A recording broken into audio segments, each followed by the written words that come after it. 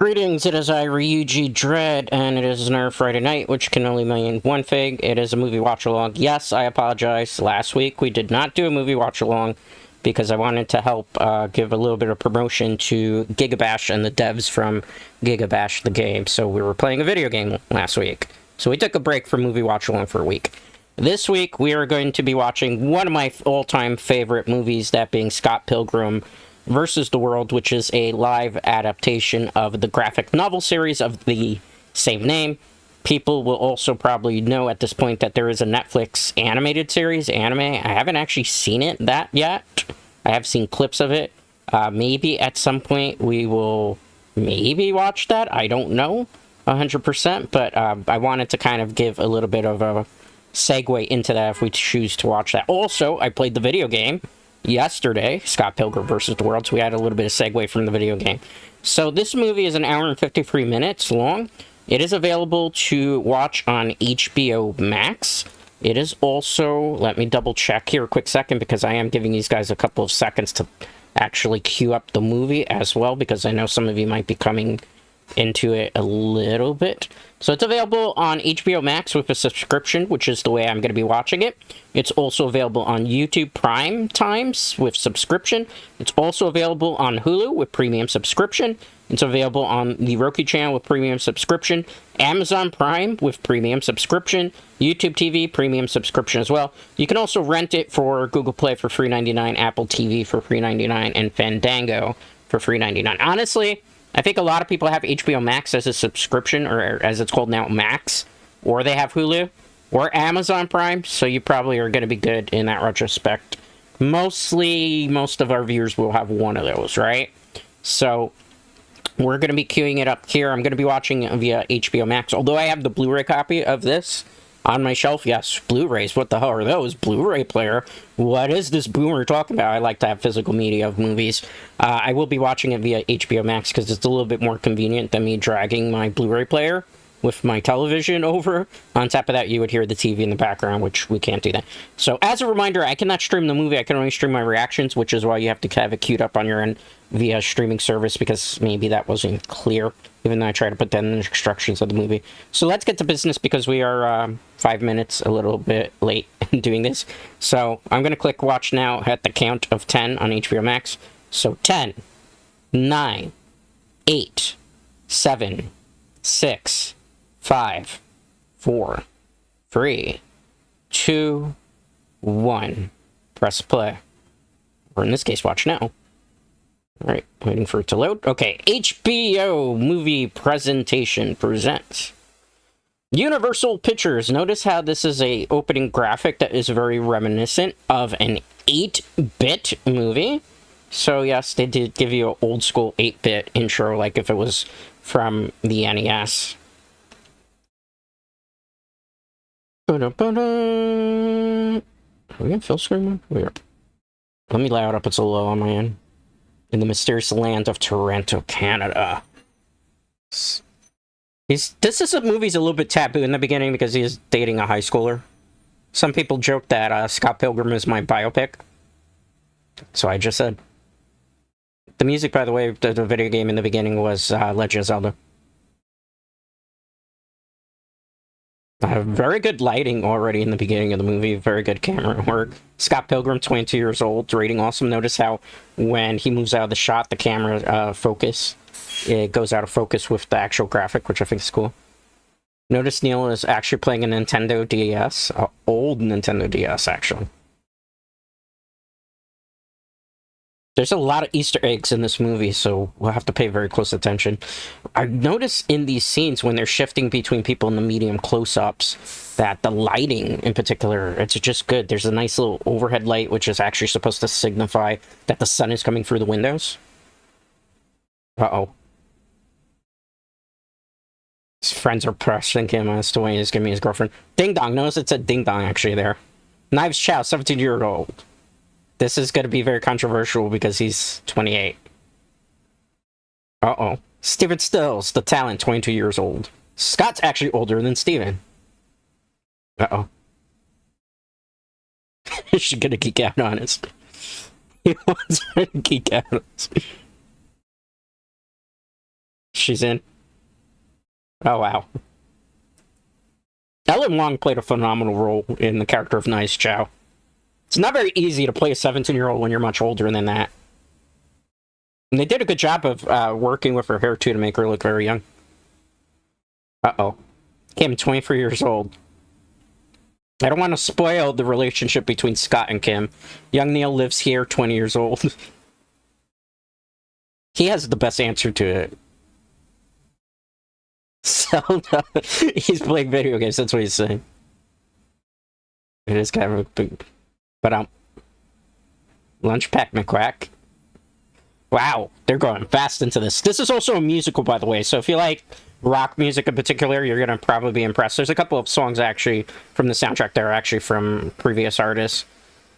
Although a lot of the songs that you hear in the beginning of the film are actually things they actually made. This is the opening credit sequence, by the way. Notice how you're getting actual, like, sound, little graphics. That's actually the reminiscent of how it's done in the comic book. The movie adaptation is not exactly like the comic book. It takes some liberties, obviously, because it's an adaptation. Scott Pilgrim vs. the World, starring Michael Cera.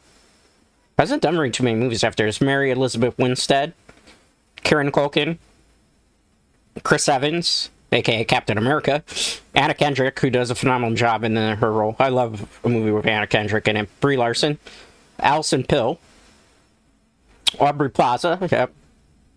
It's amazing how they were able to get all these people for this movie. Brandon Routh, Jason Schwartzman, Johnny Simmons, Mark Webber,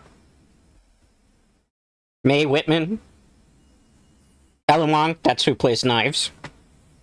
I'm not going to try to butcher their names, but those you'll see who they are later on in the film. Casting by Allison Jones, music composed by Nigel Godrich, music supervisor Kathy Nielsen, co-producers, as you see there, costume designer Laura Jean Shannon, who did a pretty good job of getting the costumes right, visual effects supervisor, editors Jonathan and Amos, production designer Marcus Rowland, director of photography Bill Pope, executive producers James Miles Dale, executive producers. They had 4 executive producers on this. This is interesting. Produced by Mark Platt, Erica Glitter.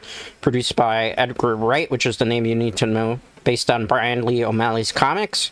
Screenplay by Michael Bucco and Edgar Wright, who also Edgar Wright directs the film, which I think is pretty good. Edgar Wright is really, really good as a director. He has so many good films under his belt. Notice the panning in for the close-up. Also notice the lights that were flashing in her eyes. They did a really good job of lighting. If your life had a face, it would punch it. That's a funny line. Really happy or really evil. Uh-oh. They're accusing Scott of something. Wounded even. That'll come back, their dialogue, later on in the film. Is it me or Neil just goes with everything afterwards? See, it's like a comic book panel right now. Wallace Wells, roommate, 25 years old, rating 7.5 out of 10. Kieran Culkin's character. Wallace is a funny character.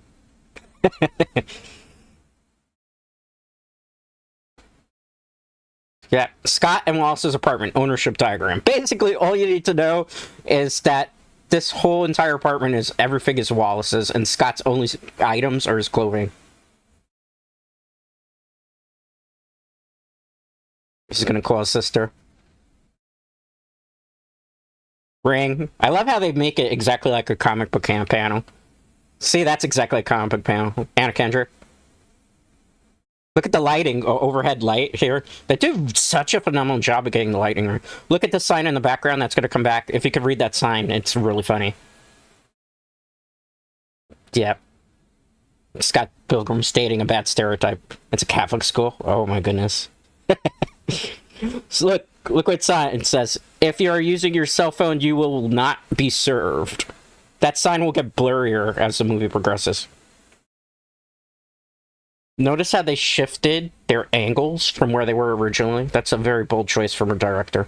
She who shall not be named. We won't spoil who she is. This is his rebound. Okay. So he's going to pick her up in high school. That's like super awkward. Oh, Wallace went with him too. Scott, Wallace is basically, how do I put this politically correct? In the movie, basically, the running joke is that Wallace is Scott's gay roommate. So, this movie has a lot of LGBT representation in it. Oh, why was that? Oh, she's gonna be wingman for him. Oh boy, that's it. That's all, Wallace. You're too good for him. Ren. Oh wow, he's already sabotaging the relationship between these two. What are they doing? Oh, they're playing like a rhythm game. So he took her to the arcade? That is such a gamer dude move. This facts that he's saying right now about Pac-Man is actually true. It's not false. That is actually very true.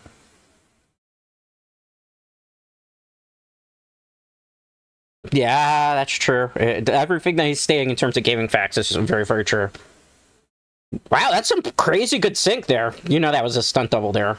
Because there's no way she did that. Continue. That's why they kind of did a wide shot. Oh. What are you doing, Scott? You should be paying for the coin. Wait. Oh, man. Scott is moocher. Gosh, you're mooching off a 17-year-old? They're in the thrift store. Why are they shopping in the thrift store? Yeah, she is very, very young and exuberant. You could tell just the way her mannerisms is. They're now at a music store. They don't even really have music stores nowadays in this day and age. They don't sell CDs. I haven't seen a CD store in a... Oh, look who's there. It's Julie. Uh-oh. Party. Julie Powers has issues, 22 years old. Are you busy babysitting? Ah, that's gotta come back to bite them in the ass. Pay attention to Clash at the Demon Hen. They're gonna be a very major plot point in this film. Notice if you look very far in the background, you will see actually a Scott Pilgrim versus the World comic book panel. This shot's pretty interesting too, because obviously they're walking. As you notice, they shift from the music store to then actually outside. That's a very bold choice. Very innocent dialogue too. I like how they wrote this part, because to show how innocent Knives is, and Scott really, you can kind of tell, is just kind of like going through the motions, kind of like in a relationship for the fact that it's a convenient, and I was really, I think, as 100% committed. Oh, he's gonna take her home with him. Secret lair. That's an interesting way to put it. No girls allowed deal. Oh boy. He's just kind of embarrassed. Scott is literally living across the street from the house he grew up. Interesting. We don't know why he exactly left his home. It was never actually divulged in the movie. Uh-oh. What had just happened? Is Scott, like, being depressed or something? He's in a desert now. What is he doing? He's having an existential crisis, it looks like. He's not alone. Idiotic dream. Who's the girl? Why do you want to make out with somebody? That's interesting. That's even more funny. He's sleeping in the bed while Wallace is there with his boyfriend. That's hilarious. Oh, you don't mention the E word in this household. I'm sorry, I know this movie line for line. Uh-oh. Fake high school girlfriend. Everybody knows it's just kind of one of those fake relationships. Not even a fake relationship, just one of those, like, out convenience because he doesn't want to be single. Silence, please. That was an interesting transition. Uh-oh. Calculus books. Knives must be very smart. Look at the courses she's taking if you look at it all. Uh-oh. Who's that? Oh, it's the girl from his dream. With very cute pink hair. Mary Elizabeth Winstead, a very great actress. Played a lot of phenomenal films. Does a lot of horror films, too. Well, you can already tell based on the way Scott is looking that he is now enamored by her, and already it's kind of over for Knives. The transitions of this movie are so phenomenal. I'll be quieter. What are they doing? See, look at that transition. That's just such a clean transition. It's like literally they're going from comic book panel to comic book panel to comic book panel in the movie. So they're playing at a actual. Although they went to Julie's party right now. New Order, Phase 50, 1981 movement. I can't read the rest of the shirt. So Scott is just kind of moving around the motions. He doesn't really happy to be at this party. He's not drinking. Coke Zero. Ah, Scott Pilgrim got shit-faced at a party at one point. How does this dude know everybody? Because it said in the graphics that he knows everybody. Uh-oh, Scott. Scott, don't go. Ah, Scott's already rushing off. Come on, Scott, you gotta play this cool. No girl likes when you come on too strong, usually. Gotta play it chill, bro. Play it chill. No, of course not, because he's gonna make his life mission to find this woman at the party. This music's really, really good, too. This is one of the original songs for it. I heard Ramona sing. Ah, he found her. The woman of his dreams, but there's only one problem. Is he in a relationship with knives? So how's he gonna handle this? He's definitely enamored. She broke the cup? This one girl. He's gonna try to slide in. This is before you could slide into people's DMs, right? So that's the running joke, sliding in. Oh, he's doing the Pac-Man line. That's not a good pickup line, my friend.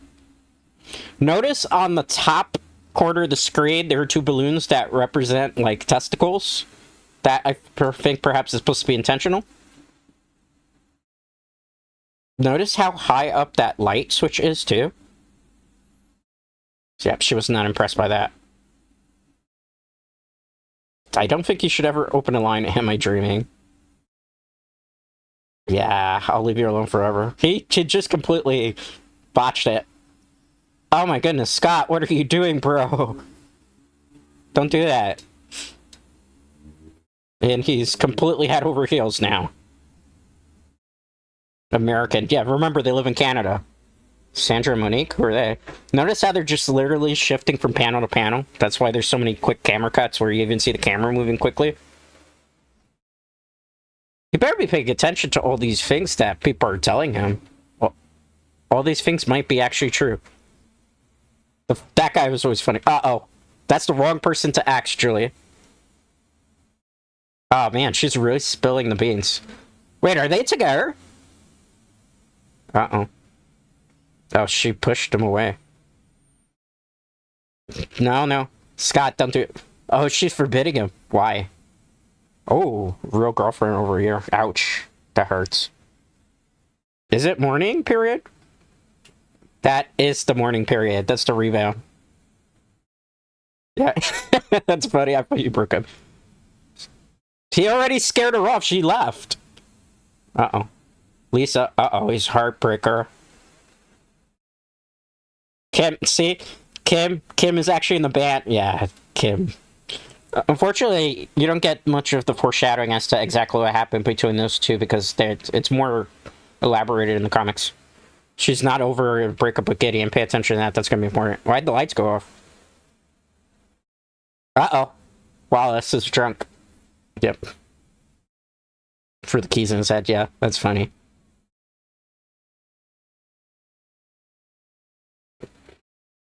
Uh-oh. He's going to tell him everything. Okay, guy. Wallace is trying to get him to go to his side. He's trying to convert him. It's funny. Ah, see? He is trying to tell him you gotta break up with your fake high school girlfriend. Everybody keeps telling him that. You have to break up with knives. You can't jump into a relationship, bro. Dumb. How does she even know? That's funny. Good lighting again here. You can see that the light is shining on the right side of her face. Notice also the light is shining on Scott's left side of the face. Very good thing. And also it's another panel there, right? Like a comic book panel. That's really good directorial choice. Wow. The transitions are so cool. Amazon.ca, genius. What is he gonna order? AOL AOL reference. Probably some of you guys don't even know what the hell AOL is. That was when AOL had, like, emails and instant messenger and shit. Uh-oh. God. Notice the computer, too. Look at the computer. It's an old, like, Windows 98 computer, it looks like. Look at the speakers, even. The speakers are very old speakers. This is what? What is it, Scott? Yeah, exactly. Wallace wants to know everything that we want to... Boring. Delete? You didn't even read the whole thing. That could have been important. Uh-oh. He's literally waiting for the package. He's sitting in Indian position. I actually do that from time to time. Did he wait? Oh, did it? Oh! It's his girlfriend that he forgot he actually has. Oh, he didn't pick her up. Good job, Scott. You have to figure something out now, Scott. Notice Grim Reaper in the background? I don't know if you noticed. Notice in that scene... And notice in this scene how you have Scott very far away from her, and she's, like, trying to get closer. That's supposed to mean that the relationship now is strained, and Scott is trying to distance himself from Knives. A very interesting thing where you're not telling what's going on, you're showing what's going on, which is the most important rule of movies and cinematography. Solo round. This is going to come back in to be an important plot point also. Keep that in mind. Oh. Uh-oh, Scott, what are you gonna do? Notice the question she asked. Do you want to keep going? He's thinking already on trying to break up with her right now in this scene. Lighting, again, phenomenal in these particular situations, still. Did he break up with her? I guess we won't know yet. Scott is playing a song. Game on? What does he mean by game on? What type of show? Oh, whoa! She just jumped into the frame. Scott is super depressed, as you can tell. He hasn't figured out how to break up with her. Oh, notice, look, she's wearing a t-shirt. The t-shirt, notice the name on it. Great story, man. What is the price? Oh, record deal with G-Man Graves. Scott doesn't know. Indie producer Millennium. Look at the Sex Bob-ombs shirt. Bob-omb, by the way, is a reference to Super Mario Brothers with the Bob-ombs.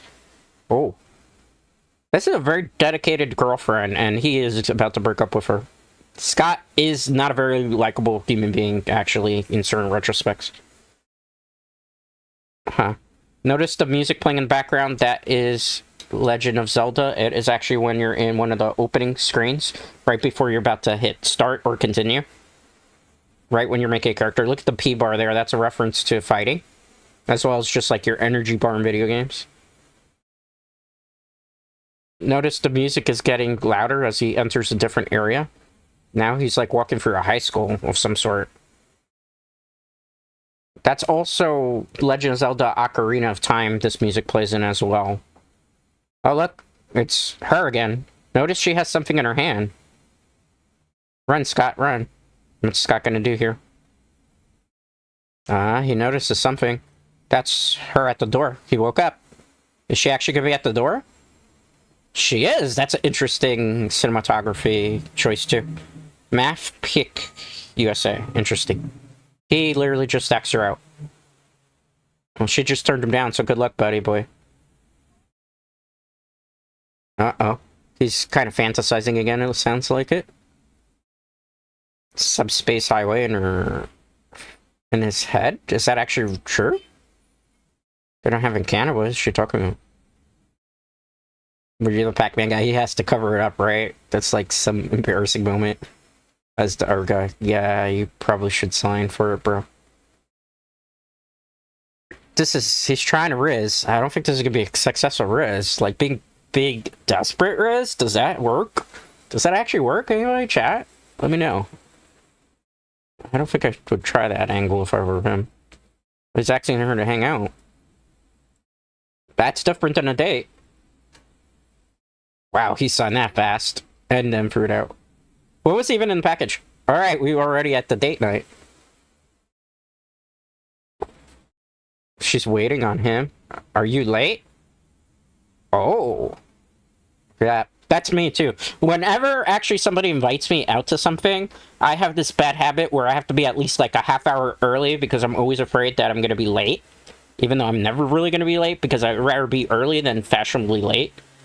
It's one of those things, like, I also am the type of person that, like, when I'm planning things, I have to, like, if somebody asks me to do something, I have to, like, plan in advance because I have to obviously, like, clear out my schedule and figure out what's going on. I like plan and ordinance type of things, like, things being, like, actually planned out.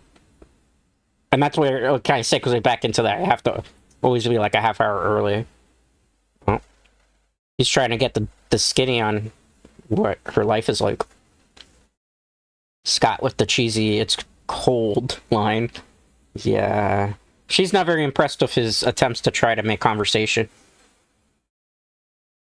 Yeah. Well, in Canada, depending on... They're in Toronto, it would actually snow quite a bit. Unmitigated disaster. Now you learn where I got that line from. That when I say on stream it's unmitigated disaster, it's a direct reference to this movie. Slip of the tongue. That's also something I say sometimes. It comes from this movie as well as the comic book. Thingy. A door? What is that doorway? Oh, look at that! It's a door with a star on that. That is a reference to two different things. It's a reference to Super Mario Bros. 2, aka Doki Doki Panic. It also is a reference to Chip 'n Dale's Rescue Rangers for the NES because they used the door with a star on it as well. Ramona, come closer. Oh, they went back to Ramona's place. What type of tea? There's plenty of teas, bro. Sleepy time. Sleepy time's good for going to sleep at night. Ginger honey. I prefer my tea, though, not hot. I prefer cold. I don't mind, like, making it cold. But I don't like hot tea. Hot tea's not my cup of tea, literally. She's gonna have sleepy time. Sleepy time you drink to try to relax before you go to bed. He's super cold because they were in the snow. Oh, she's walking a little seductive. Notice that? She's kind of got a strut to her, like she's gonna take charge in this wrist vest. Oh, Scott, why did you walk in like that? That's nice how they did the effect of just closing the camera lid. Ah, that's her. Apparently, she's intent on rizzing him now. Interesting how their dynamic changed so quickly. Well, notice the hearts flying around. Apparently, they had a lot of chemistry with this kiss. Notice somebody playing music in the background? Huh. She was gonna bring it over to him. Wow, Scott! Taking charge right now. Notice the lighting again. The way it's coming in. They're just phenomenal work. Also, me in close-ups. There's the transition there. I suppose a little bit of fan service there, too. Oh. Scott gonna get to first base or second base? Changed her mind. What was from what? Yeah, exactly. Oh. That's fine. Oh, she's not gonna throw him out. Oh, so he gets to sleep in the bed. Oh, she's taking charge. Well, Scott apparently is needing close to... Also notice the way that the body language is. It seems like both of these people have been looking for a while to be, like, just close to somebody. It's more than just about, like, a sexual chemistry between the two. That's nice little direction there, too. That's a terrible thing to say. Uh-oh. He's in a band. Yeah. Please come after you say we're terrible at the band. She said, sure. Yeah, you better get the number, because you know where she lives, but going back there would be pretty bad. Notice the X's. That's going to be very important, because he... At the Rocket. Interesting transition here, too. The Rocket. Fun fact, this place is a toilet. So it's like when you go to, like, watch bands play at, like, these, like, really, really indie shows that are, like, at these dive bars that smell like piss and stuff. Oh, it's Scott Pilgrim. Who's that? That's why else we know that. I meant the guy next to him. Oh, it's her boyfriend, Jimmy.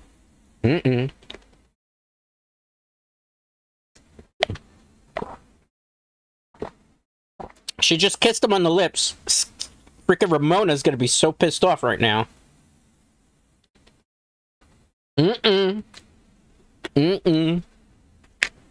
Mm-mm. Sorry, I had to take some hydration. But notice there, you could see the love triangle forming, and also Jimmy is in the sights of Wallace too. Crash and the boys. Look at that. That's a nice transition. Those are actual comic book panel drawings of Crash and the boys from the comic. Notice Neil is still playing his DS. The sound guy hated us. It's funny. Plumtree. Notice Scott's shirts changed frequently in this movie, which is a nice little effect. Uh-oh. Oh man, Wallace is really testing him. And notice Stacy's not even noticing. Poor. Interesting. Wallace is such a funny character. Oh, jeez, Wallace. Oh, middle finger. They have a girl drummer. Notice the lighting here? This is actually really good. But they got it exactly like it's an actual DMI light that you would use in film. To just flash. Kind of like a spotlight. So sad. That's the song. That's it. Wow. Uh-oh. We hate you, please die. How long is this song gonna be? Notice the lighting again, the overhead lighting. See, it's everything in this movie. They try to do it in a way where it kind of is like a live action comic book. Notice this. That's an interesting choice that they wouldn't actually have them talking over the sound and just put the subtitles there like that. Very, very interesting choice. Uh-oh.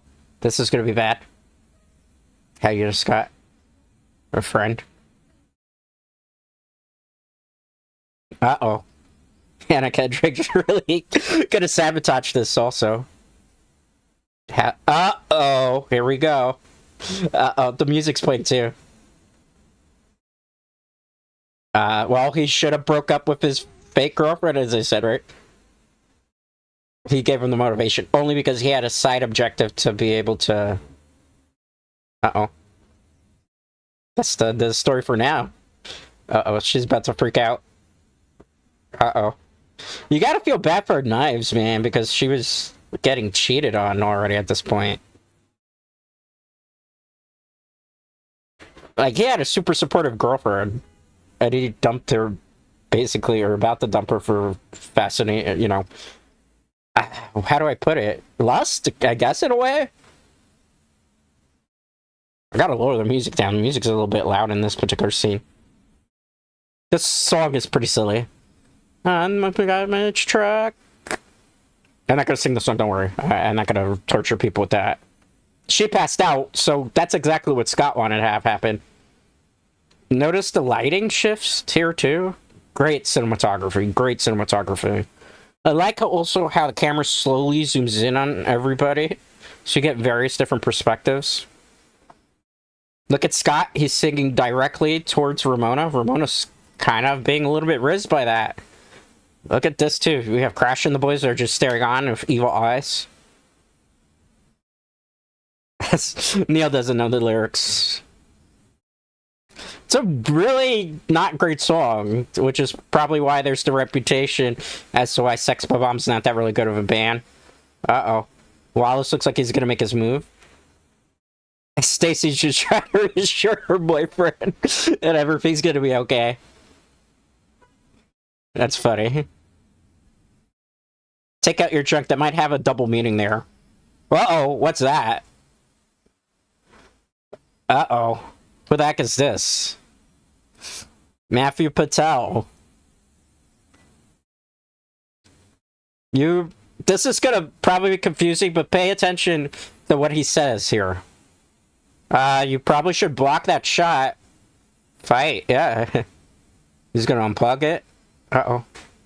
He threw that to Neil. Fight. That's like in Street Fighter. You saw where it said fight? Oh, power reversal. Holy crap. Movie's gonna start turning into kind of like an actual video game in terms of the fight sequences. So there is action as well as love in here. The one guy. Uh-oh. Look at his eyeliner. Oh, it kicked him straight in the face. Notice very comic book-like here, as well as a mixture of video games. Look at that. He gave him Shoryuken. Wow, look at the point bar there. You notice how many hit combo he's doing right now? 64 hit combo. Remember when we were playing Scott Pilgrim versus the World, the video game? It had the same combo system as well. Versus. They're gonna fight. Who do you think's gonna win? Scott or Matthew Patel? We don't even know what Matthew Patel's here for.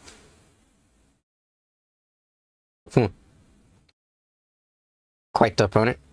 Oh wow, he's jiving around. Matthew Patel, he's got a dynamic flair to himself, right? Dramatic. First evil ex-boyfriend. Uh-oh. Uh-oh. What happens here? Anyone want to have a drink? She's not going to give him any foreshadowing here. Why is he here to fight Scott? That's the most important thing. Yeah, Stacy's like, what the hell's going on? She's basically conveying exactly what the audience who's not familiar with the source material would be reacting right now. He sent the email, see? Yeah, he didn't even read it. Oh boy. You better do something, Scott. You're in dire straits right now, my friend. Good action choreography here. I like how they're actually kind of fighting in the close-ups for the most part. But then for the wide shots, obviously, it's not them actually fighting. Ooh. Oof. Double punch into a tornado kick. Uh-oh. Look at his fast feet. He's got footwork. Good question. What is up with his outfit? Pirate. Pirates are in. What is he talking about? Supposed to be like a gothic type of dude? No, it's a shirt too. It's kind of like a reverse Charlie Brown in colors. Uh-oh. Notice how they actually pan up the actual spotlight to shine on her? Because she's supposed to be the focus of 7th grade. They were dating. And what? She gonna tell a story of what happened?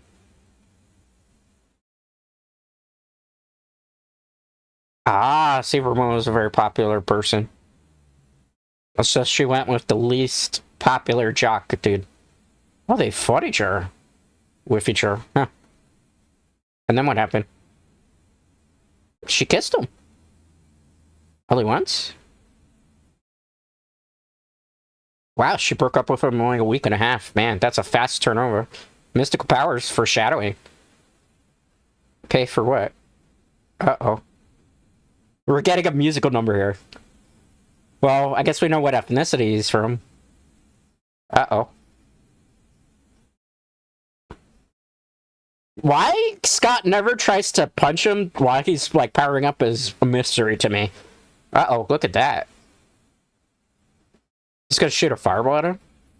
Look at his chicks. He's got demon hipster chicks. How do you fight that? Oh, boy. That might have been an offensive stereotype now I think about it. This movie hasn't aged as well. Uh-oh, watch out. You better figure out something to defend to those fireballs. Uh-oh, somebody died in the background. Was that Crashing the Boys? I don't remember if it was or just random bystanders. You better throw something, bro. Yeah, that doesn't really rhyme. He's got a good point. Did he knock him out already? How could it be? He's having an inner monologue. Uh-oh. Scott's getting ready to take him out. Well, that is definitely KO. Notice the KO sound? It's actually in the coins, just like in the video game. This is actually also exactly how it went in the comic book panel as well. You got some coins. Is it going to be enough for a bus fare there or something? Uh-oh. Gay friends? What happened? Wallace stole her boyfriend again. That's funny. Wallace got some game, man. Yeah. Uh-oh. She's grabbing him, yanking him away. Nobody even knows what happened about Knives. Knives still passed out? Yeah, she's still passed out. Uh-oh. Wow, she's cheering, but does she not notice Scott's nowhere to be found? Later on. Yeah, what was that all about? I like the fact that they're actually on a bus here and it's not actually a movie set. 7 evil exes that she has to defeat. Yep. If you're gonna what? Continue to date. They're actually in a relationship? When did that happen? I guess they date? They're dating, apparently. Scott's got that dorky Riz that apparently works on Romana. Ah. Notice that song. You know what that means? That's from Seinfeld. A Seinfeld reference, even the actual panned in camera. Or not camera, but the panned in audience. Notice the poster in the background? Interesting. Second date. Notice how now it's like literally a sitcom. There's people actually clapping, it's funny. Uh-oh. First and half. The panned in laughter too, like if it's filmed on a studio set. Notice he changed his t-shirt. Uh-oh. It's a skull t-shirt. Uh-oh. Why? How is he able to throw out Wallace when that's Wallace's apartment? Uh-oh. What's he gonna do? He has to break up with knives, or he's not gonna be able to use his apartment. Uh-oh. It's not hard. You should have done it a long time ago, Scott. You can't be a scum of the earth. That's not a double... Oh, that's right, because he is actually dating another person, so... Uh-oh. He's not gonna get to have the bacon, either? Lucas Lee. This is foreshadowing, by the way, too. Chris Evans! Oh, he just hit him with the newspaper. That's rude. Yes, actually, you get a lot of film tax breaks for filming in Canada. That's why a lot of the horror films that you see, like, from Sci-Fi Channel, as well as, like, some of the lesser budget films that get filmed in Canada just so they could get this huge tax break. Like a movie like Rumble in the Bronx, I don't know if anybody's familiar, it's a Jackie Chan movie. That whole movie was filmed in Vancouver, Canada. None of it was filmed in the Bronx. Which is... That always made me mad about that movie. I actually saw it. Uh-oh. Look at this. He's calling from a payphone. They don't even have those anymore. Uh-oh. Notice Scott Pilgrim does not own a cell phone. Uh-oh. Because she's right there, bro. Scott knows what he has to do, and you could tell in his eyes and facial reaction that he's very concerned. Because he really doesn't want to hurt her, but he knows he has no choice at this point. Uh-oh. And poor Knives. She's gonna invite her over for dinner. Chinese food. Why would you say that, Scott? Because she's Chinese. God, man. Uh-oh, he's trying to tell her. Oh, he's trying to dissuade her. 9 years older? Is that big of a difference? Wow, are you allowed to date outside your race? He's being super racist. He's trying to find every excuse to try to break up with her now. And she's head over heels for him. And look at that. He's blowing away the love because he's no longer interested. Poor her. You know, you gotta feel bad. Like, she's just, you know, a high school, 17, on the cusp of it. Her whole world broke right there. Notice the camera angles and the shots and the way it is. Notice how her whole world was full of light before, and now because he broke up with her, look at, she's become completely dark, everything. It's like the end of the world. Her life has stopped living. And he just broke up with her in such a rude way, too. So Scott's move on because he knows what he wants to do. And look at poor Knives. Knives completely devastated, still standing there, heartbroken, not understanding why, not understanding what happened. That was probably her first love of her life. And Scott is just thinking about Ramona at this point. Which kind of goes to prove the point that Knives wasn't really somebody he was really cared for. It was just kind of somebody that was her girl of convenience, which is messed up. You shouldn't do that to anybody. Nobody should be somebody's rebound person. That's like really fucked up. So at that point, it's like you can like Scott as a character, but then certain things that Scott does in this movie can make you just utterly detest him. Yeah, he did break up with her. New girlfriend. He works way too fit. Yeah, Kim, remember, was an ex-girlfriend. No girlfriends or girlfriend talks in practice. Or no. It's an interesting line. Again, notice the lighting. This movie does an amazing job of actually simulating how light is supposed to act in every parts of apartments and stuff. And notice how every scene it shifts where the light is exactly supposed to be shining on top of their head. It's like in an apartment. She changed her hair. Notice it's blue now. I actually dated somebody who changed their hair multiple times. It was kind of hard to keep up.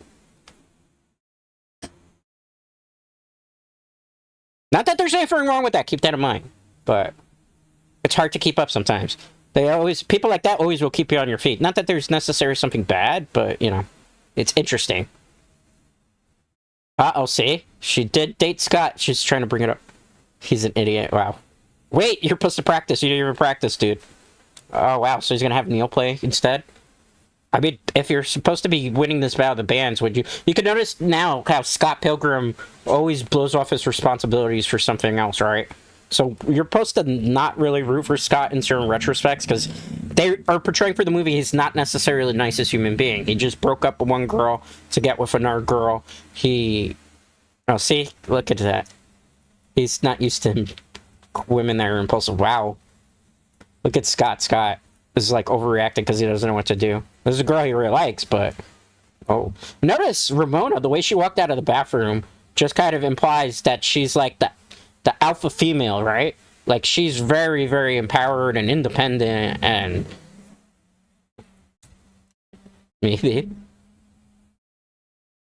If you strike out, come find me. That's funny. When? See, Wallace has no faith in him. Uh-oh. 15 minutes later. He cooked a garlic bread for dinner, bro? You don't know how to cook anything else? You'll get fat. Bread makes you fat, has a lot of carbs. Yes, carbs. 30 minutes later. Oh, she's very into him, but he's kind of striking out all around. That's actually a song that's on the soundtrack, too. I mean, do you win points for writing a song about somebody? I wonder. I mean, if somebody wrote a song about me, they'd probably win a lot of points in my book. That's like a super romantic gesture. Can't wait to hear when it's finished. And that was him finishing the song. Oh, he's making out. Well, at least he got to... What is this considered in this day and age? Is this second base, right? Like second base, making out? Uh-oh. Why did he just freak out all of a sudden? That's foreshadowing. The big X. Yeah. Oh, look! It switches to a comic book panel again. 431 days ago. 3 hours before breakup. It's been cutting his hair ever since. He's having PTSD. It was. It wasn't. She dumped him. It was brutal. MV Adams, by the way. Notice we saw her in the video game. We actually didn't technically fight against her, but we did in the boss fight. I like that they used actual her comic book panel version. He just covers it. Notice he was having a meltdown. Going for a walk when he was close to... He was actually at second base. 60 minutes later. So, 2 hours have passed? More than 2 hours? Almost 2 hours have passed, and that's it. Interesting. Yeah, he's a little heightened, obviously, because he really liked her, and I guess he felt he was going to mess up. Why would you tell a girl, I feel like I'm on drugs when I'm with you? God, man, Scott, just tone it down a little bit, bro. I mean, the one good thing you can like about that particular is, like, guys will get nervous around people they like, usually. So then they're, like, overthink things, I suppose. Oh. Remember, this is important. Remember he was saying something? What is he stalking? Who is he stalking? Lee, Lucas Lee. Oh, what does that mean? Oh, he's coming out of his trailer. Notice the sound effect is Universal Pictures sound effect like we heard at the beginning of the movie. Chris Evans, who plays Lucas Lee. Wow, Wallace is already in love. Wallace is just trying to, like, seduce every dude in this movie. He's skating into the shot. Why did they have to go? She dated him. Uh-oh. That's one thing Scott probably didn't want to hear right now. Uh-oh. 2 minutes. Notice the lighting again? That they're actually getting the light from the actual lights from the film set there. It's a nice little, again, directorial choice there. Like, the lighting director really needed a raise after his film. Oh, nice. Pretty good close-up. Uh-oh. Notice the paparazzi just flashed the... Oh! He got punched in the face. Oh, man. Dude, you're gonna have to fight him. Did you not realize that? That's funny. He just goes... Walks in, it's like, what's up, how's life? Scott just got thrown. Notice that now it's shifted back from, like, a realistic type of film back to, like, a comic book panel, and now it's gonna shift into video games again. But Scott is really beat up. Uh-oh. Watch out. Uh-oh. Well, I mean, Scott's a normal average dude, and he's an A-lister. Uh-oh. Why is there spraying his fist like that? Uh-oh. Notice. Look here quickly. Did you notice what I noticed? That's a stunt double. That was smart. Nice tactic. Uh-oh. Oh, he's gonna have the stunt double beating him up on him instead? Sometimes I let him do the wide shot. He just let him do a wide shot. That's why he was making the joke about that. Uh-oh. Look at how many stunt doubles. He has how many? 1, 2, 3, 4, 5. I think 7? No, 6 stunt doubles in him. Uh-oh. He's gonna have to fight all the stunt team then. Scott, you're definitely outmanned. There are 7 stunt doubles there. Oh, don't ask anybody how it feels to get their sloppy seconds. That's how fights break out, literally. Okay. So now, Scott, this fight scene is very similar to a fight scene that you have happen in Shenmue, the first game, where you go to, like, the warehouse and you have to, like, fight a whole bunch of people from Landi's gang. So, I'm not 100% sure if that's exactly the intention of that particular scene, but it definitely feels very influenced by it, because the way the fight flows exactly is very similar to how that fight goes in Shenmue. It's like one of the fights that's very close to the very end in the warehouse, too. Wow, he's a very nice actor, though. He might be a dick toward Scott, but he's waiting to get his stunt double some coffee.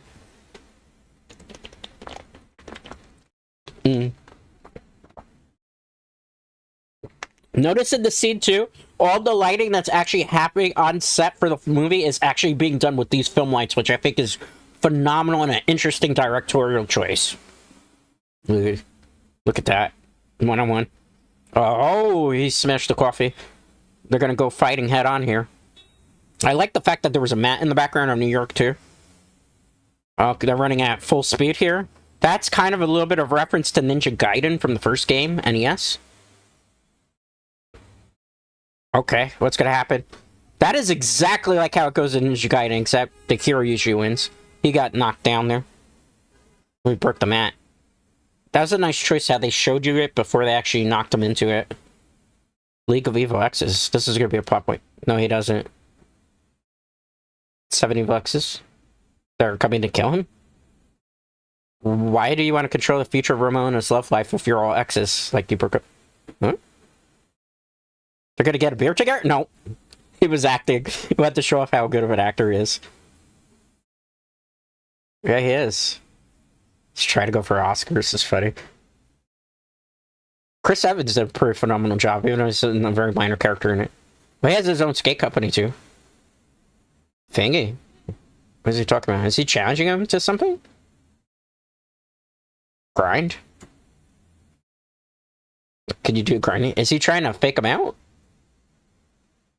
Yeah. What is he gonna do? Is he gonna actually do this? Why is the rails garbage if it's too hardcore for him? Just try to psych him out.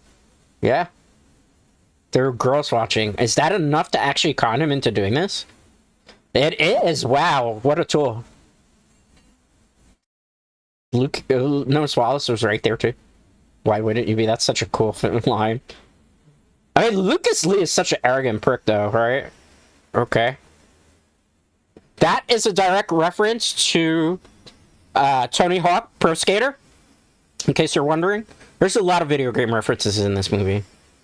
140, 160. That is pretty impressive, though, right?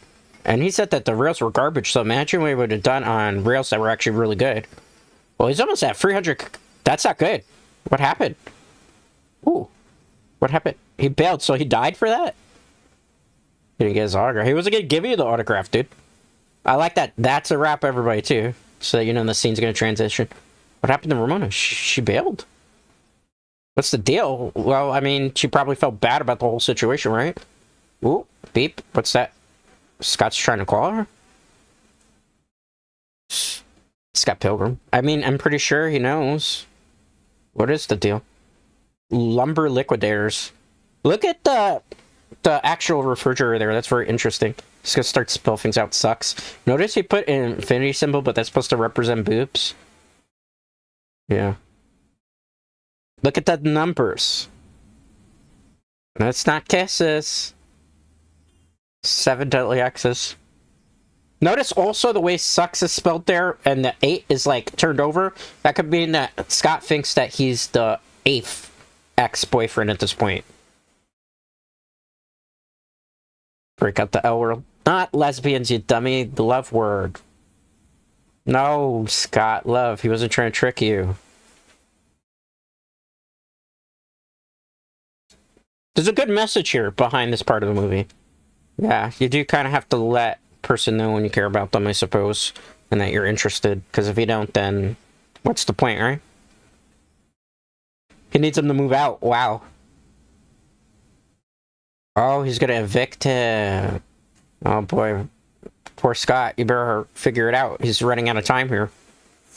Uh-oh. Envy. It's his ex. His big, big ex. Uh-oh. Notice right now, of all times, she's calling him. Look, the background photos. Those are the photos of when they were together. Uh-oh. She's, like, really seducing him at this point. Look at that. You could notice she was already breaking away from him in the last photo sets. What is it? Oh. Uh-oh. She's playing coy with him. Notice it's a comic book panel again here in this particular scene. And notice Scott still kind of has some sort of lingering feelings because he wanted to talk to her more despite the fact that she broke up with him. Wallace. What's happening now? Knives is calling now, too. Scott is going through turmoils. Perhaps it's the consequences of all his actions in his life. He ran out the window. And she just noticed, but she's not going to even... Look, he goes back to grab the jacket, too. And he's trying to cover it up with his hand. She knows something's up. She obviously do. Oh, boy. Scott is going through a crisis right now. Look at all the X's. That's a reference to X-Men, too, by the way. He even threw the X-Men patch down on the ground. Yeah, he's starting to go through a crisis in his life because he's trying to figure out what's going on with Ramona. He's almost going to get thrown out. Uh-oh. You saw that? Oh! He's being attacked by something. Ooh. Or someone. Uh-oh. Who's he being attacked by? Oh, he countered. Oh, he just hit a girl. Oh, boy. Did you really? Whoa. Damn, Scott. Prepare to die, obviously. Look at the... She's ready for a fight. She's got the football player paint on her face there. Little chicken. See you later. What's she talking about? Oh. Next time? Deadly serious next time. What? Never mind. Poof. But notice it's a path instead. Yeah, Scott's having a crisis. Look at the sign! You can't read it now because it's out of focus because it's actually a camera technique where it's split focus right now. Notice it's also the camera shot here. They switched it to a comic book panel. Notice what Stacy's doing with her hair right now. So Scott's gonna walk in, right? So notice this. This was a really cool cinematography effect that they did. Scott's gonna order coffee. Notice who it is. It's Julie instead because she has the ponytail. Notice she put her hair up in a ponytail to trick Scott into actually going in when it's not her. Okay. She's getting actually cursed out by Julie. It's funny. How are you doing them? Nice camera angle here. Very nice close-ups. I like the fact that it's very dynamic, the camera angle. Everything flows so well in this film. Look at that. That's just some amazing camera work. Uh-oh. More foreshadowing. Oh! Look who's in the shot there. That's a nice directorial effect, too. Okay. What's gonna happen here? She ghosted him in a way. Why? Yeah, Ramona. I can relate to her sometimes. You wanna hang? Notice she's not saying date at this point, and she's trying to remind him it's exes, not boyfriends. Keep that in mind, exes. Get in the way if I... Oh. Oh, is that not a poster? It's not a poster, that's actually his ex, Envy. Why is she here? Maybe you should stay there? No, she just bailed on him. That's not gonna help him at all. Why did she bail? He covered it up already. Yeah. She's jealous. Why would she be jealous? How's she allowed to be jealous? It's their ex. God can prove it. Yeah, well, why would... That sucks when you get left for somebody you've never seen. Been there, had that happen. Not fun. It's so not gonna happen. Why did she put him on the list? Why does she want to mentally torture him at this point? Julie's just... the infinite sadness. Yeah, what did happen? And he still tells her about it. Best friend. Got Todd. Yeah. How'd she know that? She dated a Todd once. Foreshadowing. Foreshadowing. Having the past come back to haunt. That's why sometimes it's better not to think about the past. Just think about the future. Oh, she wants to do something with him. It's the boyfriend. Ah, the exes were as mind. Oh, wow. Look, Wallace has 2 dudes in his bed now. Wow, are they in an interesting relationship? Wallace got a lot of game, I guess. Yeah, so now what? Notice the shirt. It says SARS. That was actually a disease. Distressing. What type of news is it? Kim. Uh-oh. No. Why did he accept... He accepted to open for them? Notice his shirt, Astro Boy? Uh-oh. For the band. Well, remember, Scott has never really... He kind of abandoned a whole bunch of stuff.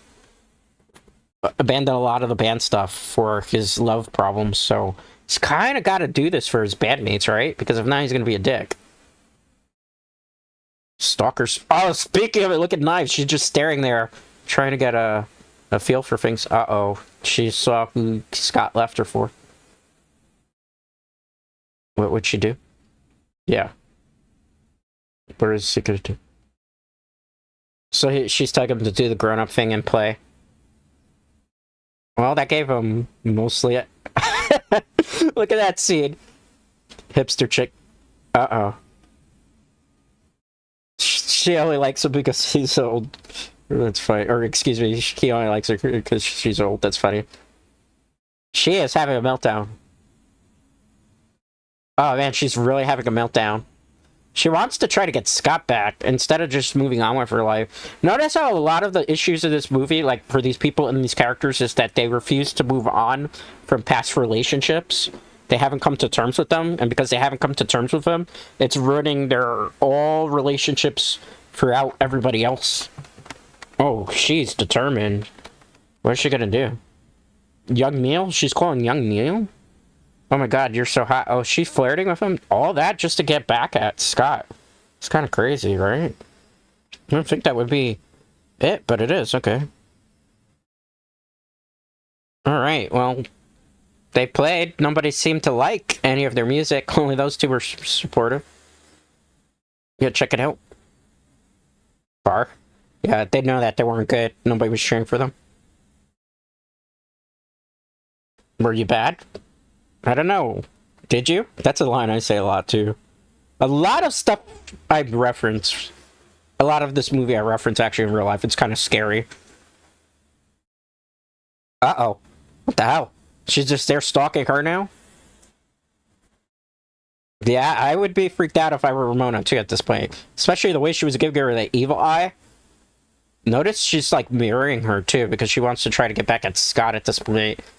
Uh-oh. Scott's not, like, confused, like, what's going on? Uh-oh. Who is it? Scott dated her, yep. Uh-oh! This is where it's gonna be bad. Uh-oh. Should've said who her... I gotta pee on her, he said. He had a meltdown in his brain. Oh, boy. That's not gonna earn you any favors. And it's gonna get worse now. I don't know if any of you are a fan of the band called Metric and the song Black Sheep, because Brie Larson actually does a rendition in this film that's phenomenal. It's hard to say which one I like better. I still kind of like Metric's version, but Brie Larson does a really good job too. Uh-oh. This is important. Have you ever had this situation happen to you? I have. It's not fun. It's really not fun. Yep, he just realized the third evil ex is dating his evil ex. And she's angry, too. Look at her. She's singing directly to him. Why she left him? Nobody really truly know. Uh-oh. Look who's looking at him angrily, too. That you can ban. Great song, too. If you've never listened to original Black Sheep, so freaking good. I told you, the movie is also a musical. I don't want to be job. I know the song, I'm sorry. I won't sing. I'm terrible at this stuff, right? Look at that. Scott is so uncomfortable, but she was definitely singing directly towards Scott in a panel. Uh-oh. I hit pause by a second, my bad. That's okay, I press play again. Look at that. She's fanning over Clash of the Demon Head, but she's looking over at Scott because she still really wants him. Wait, Julie is working here too? Uh-oh. That blow. Wow, she's still cursing too. I like that little... Notice his shirt right now says 0 on it? That's how Scott feels right now. He feels like a total 0 because nothing's working out in his life. Look at the emote icon face there. That's a nice little effect too. My only problem with the Clash at the Demon Head is we don't get to see her herb bandmate who's just standing in the corner at all. And she's actually a very important part of the comic books, as well as played a little bit in, I think, the animated series too. Uh-oh. Notice how they're intensely staring at each other. Uh-oh. Notice evil exes are giving glares at each other, yeah. Cute couple. Suit each other, what does that mean? And we have knives just, like, randomly chatting. Oh. Notice how Envy is jealous of Ramona, and Todd is jealous of Scott. It's interesting parallels between each other. Very, very interesting. Uh-oh, Gideon. Uh-oh. What is she gonna do? Oh my god, he literally just punched knives. Why? Notice he punched literally the highlights of her. Brandon Roof. Jeez, man. Who would have ever thought he would have been in this movie, too? Yeah, that's bad. Yeah, Neil actually kind of cares about knives at this point. He doesn't really know the meaning, truly. Yeah, you probably should get her out of there, Neil. Uh-oh. Wow, they're making fun of each other. Uh-oh. Looks like Scott has had enough of him. This is gonna come back to bite him in the rear end, isn't it? What is he doing? He has, like, telekinetic powers at this point, it seems? Notice how the bandmate disappeared just randomly, too? I don't understand how that's actually... why that was a thing in the movie. I truly was confused. Oh, notice his hair. He's like Super Saiyan. Todd's vegan. Whoa. He went flying out the back way. Remember playing the video game the other day? How you had to, like, break through a whole bunch of doors to get to that part of the fight? Number 3 on the shirt, representing his deferred evil ex. Notice his hair is a lot like a Super Saiyan in certain points. Uh-oh. He changed back into regular form. Huh? Over what? Notice in the back how they're stepping through the hole there. Oh. Short answer. Being vegan does not make you better than other people. Oh my god, he just got punched in the face. He went flying up. Notice he's shifting between his super form or not. Yeah, he's going to explain how he got his powers now.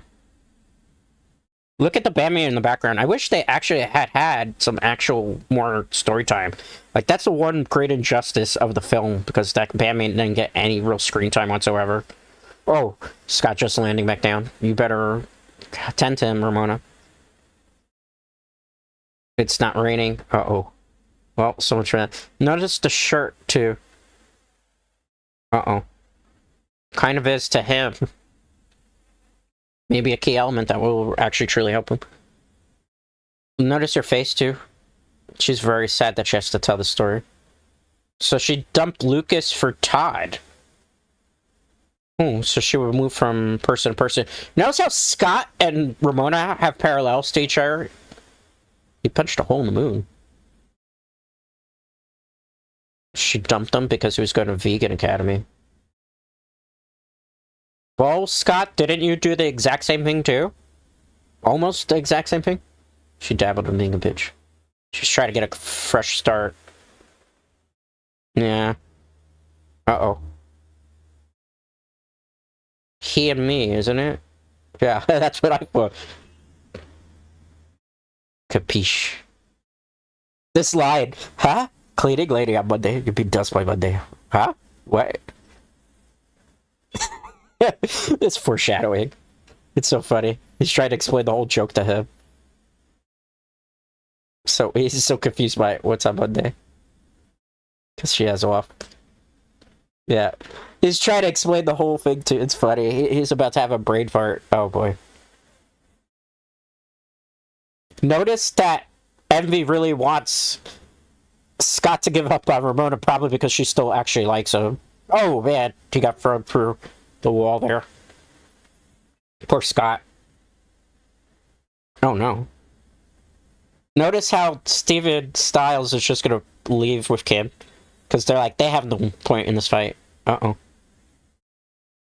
Yeah, notice how Envy literally lived up to her name. She was envious of Ramona despite the fact that she had a chance to stay with Scott, but left him for Todd.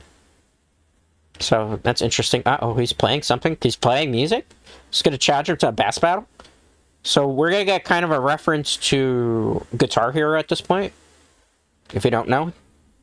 There's so many different video game references in here, as well as there's just much references to the comic book as well for the Scott Pilgrim. Notice all the beers in the background because, like, this is hours already at this point after the Battle of the Bands has ended. Or not really Battle of the Bands, when they were playing Clash that the Demon Head was playing at the show, the venue. Uh-oh. Scott obviously is no match for this bass player because Scott, remember, his band isn't very good. At least, quote-unquote, according to Steven Styles. They're having a really big battle right now. Scott can't keep up. Scott is trying his best, though. See, notice that Scott's shirt still says 0 because that's how he's feeling right now. Like, he just can't win against these people. It's a very, very interesting choice. Notice here that everything is very just like the direction here. It's literally like if it was out of a comic book panels. Notice it goes through the walls here, which is reverse of what happens in the video game. Uh-oh. And notice he went back into his super vegan form. He just walks through there instead of going for the holes. Interesting choice. Can read his thoughts. He is. What is he doing? He's offering him something to drink to. What is it? What's perfect? Notice how Envy's like all on top of him. Oh, did he put it in half and half to make him break vegan inch? Did he? Try that? Is that gonna even work? Cool. What did he do? Oh, he was able to block the mind's eye? Scott was able to stop his psychic ability there? That's pretty cool. Uh-oh. Who's this? Notice who are the vegan police. They put up everything here. Yes, that's a direct reference to something else. If you know, you know. No vegan diet, no vegan powers. First defense, first strikes. He's gonna read off everything. Gelato. Milk and eggs gelato. Chicken parmesan. Yes, chicken is vegan. Veganized Ray. That's a reference to Men in Black in a way. He's losing his powers now. He broke his vegan academy rules, I suppose. Oh. What's gonna happen here? Oh, notice, look at his hair. His hair went down. He's lost his powers at that point. He's a total nerd, I suppose. That's a terrible line. You were once were vegan, now you would be gone. Oh, he headbutted him. Holy crap, look at all those coins.